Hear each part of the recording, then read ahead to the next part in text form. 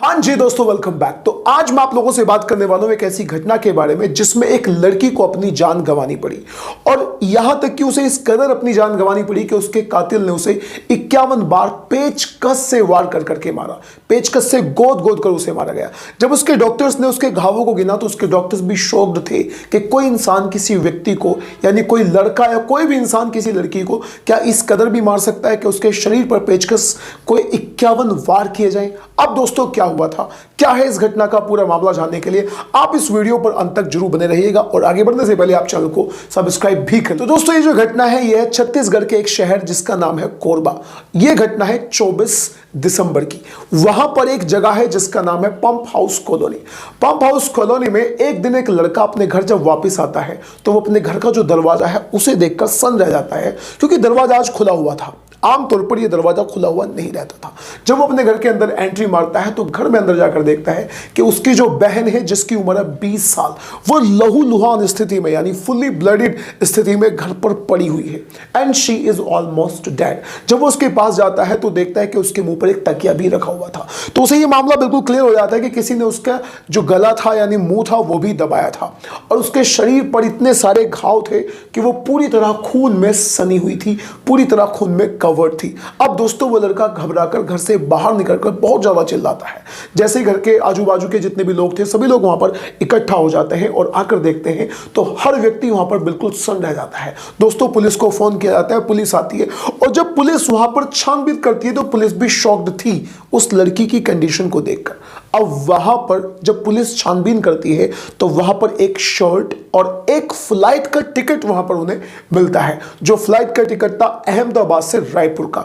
अब दोस्तों इस घर के किसी भी सदस्य का कोई भी कनेक्शन फ्लाइट के टिकट से नहीं था, क्योंकि कोई भी ऐसा व्यक्ति नहीं था जो फ्लाइट के टिकट लेकर कहीं गया हो, यानी फ्लाइट से कहीं गया हो या फिर फ्लाइट से कहीं आया हो। अब दोस्तों सीधा सीधा जो शक जाता है वो उस फ्लाइट टिकट होल्डर पे जाता है, यानी जिस व्यक्ति ने भी फ्लाइट का टिकट खरीदा था ये व्यक्ति 100% वही है जिसने इस लड़की का मर्डर भी किया था। और छानबीन करते करते पुलिस एक इंसान के पास तक पहुंच जाती है। उस इंसान का नाम होता है शाहबाज खान। ये टिकट उस शाहबाज खान नाम के ही व्यक्ति का था।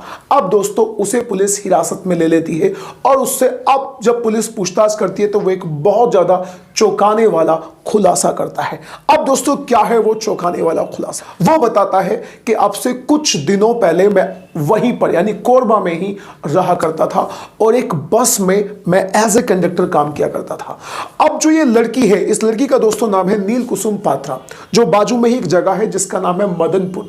मदनपुर गांव में ये पढ़ा करती थी, पढ़ाई के लिए रोज वहां पर जाया करती थी। जिस चीज से ये लड़की वहां पर जाया करती थी वो थी इस शाहबाज खान नाम के लड़के की बस, क्योंकि ये शाहबाज खान नाम का लड़का उसी बस में एज अ कंडक्टर काम किया करता था। जब ये दोनों आपस में एक दूसरे से मिले तो इन दोनों में आपस में एक दूसरे से प्यार हो गया। प्यार होने के बाद इन्होंने एक दूसरे के साथ मरने जीने तक की कसमें भी खा ली थी। लेकिन दोस्तों इनकी जो मोहब्बत है वो बहुत अच्छे तरीके से चल रही थी। लेकिन अचानक शाहबाज नाम के इस लड़के को कोरबा छोड़कर अहमदाबाद जाना पड़ा अपने काम धाम के सिलसिले में। वहां जाने के बाद भी वो इससे अच्छे से बातचीत किया करता था और ये इन दोनों में बहुत अच्छे तरीके से एक दूसरे के साथ प्यार था। लेकिन शाहबाज खान को कहीं ना कहीं कुछ दिनों से एहसास हो रहा था कि नील कुसुम पात्रा जो ये लड़की है वो कहीं ना कहीं उसे कुछ दिनों से इग्नोर कर रही थी। इसी चक्कर में वो उसे कई बार धमकाता भी है कि आखिर मुझे बताओ क्या मामला है, तुम मुझसे अच्छे से बात क्यों नहीं करती। लेकिन दोस्तों यहां पर एक जगह का नाम और भी जुड़ता है। बाजू में एक जगह है जिसका नाम है जसपुर। जसपुर जगह है और वहां का एक लड़का था जो लड़का अब नील कुसुम पात्रा से प्यार करने लगा था। इन दोनों का जो प्यार था वो बहुत ज्यादा एक दूसरे से कनेक्शन बहुत ज्यादा गहरा हो गया था। अब एक दिन बातों बातों में जो लड़की है नील कुसुम पात्रा वो शाहबाज खान से इस बात को बता देती कि अब मुझे उस लड़के से यानी किसी दूसरे लड़के से प्यार है।